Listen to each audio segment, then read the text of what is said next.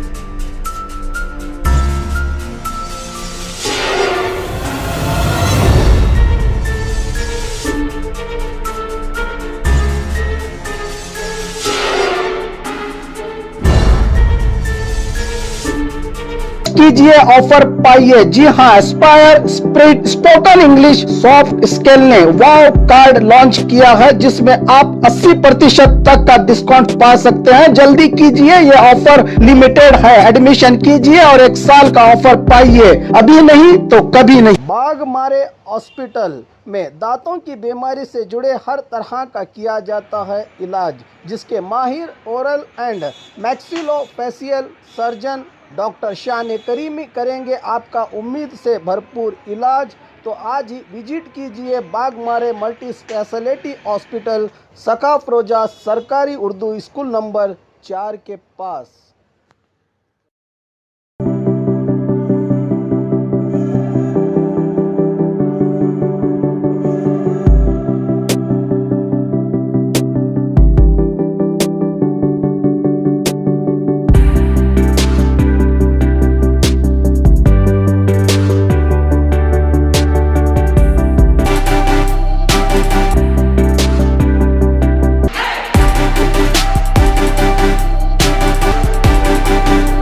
यहाँ बच्चों के सारे ऑपरेशंस की फैसिलिटी है हमारे पास।